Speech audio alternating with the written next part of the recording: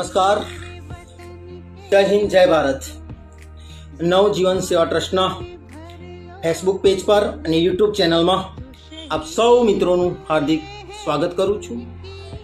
76મા પ્રજાસત્તાક દિનની નવજીવન સેવા ટ્રસ્ટ ડભો આપ સૌ મિત્રોને હાર્દિક શુભકામના પાઠવે છે. મિત્રો, 26 જાન્યુઆરીને આપણે પ્રજાસત્તાક દિન ને ગણતંત્ર દિન તરીકે પણ મનાવવામાં આવે છે. પ્રજાસત્તાક દિન શા માટે મનાવવામાં આવે છે?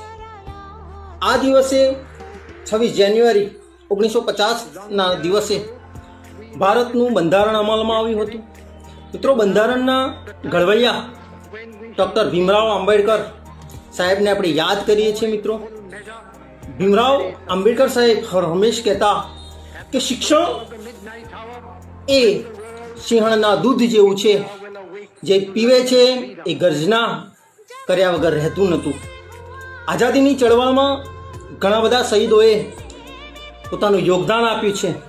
એ શહીદોને પણ આપણે યાદ કરીએ છીએ. અને શહીદો માટે કહેવું હોય તો એમ કહી શકાય કે आओ झुककर करे सलाम उन्हें, आओ झुककर करे सलाम उन्हें, जिनके हिस्से में वो मुकाम आता है, जिनके हिस्से में वो मुकाम आता है, वो खुश नसीब है वो लोग जिनका खून वतन के काम आता है, जिनका खून वतन के काम आता है. जय हिंद, जय भारत.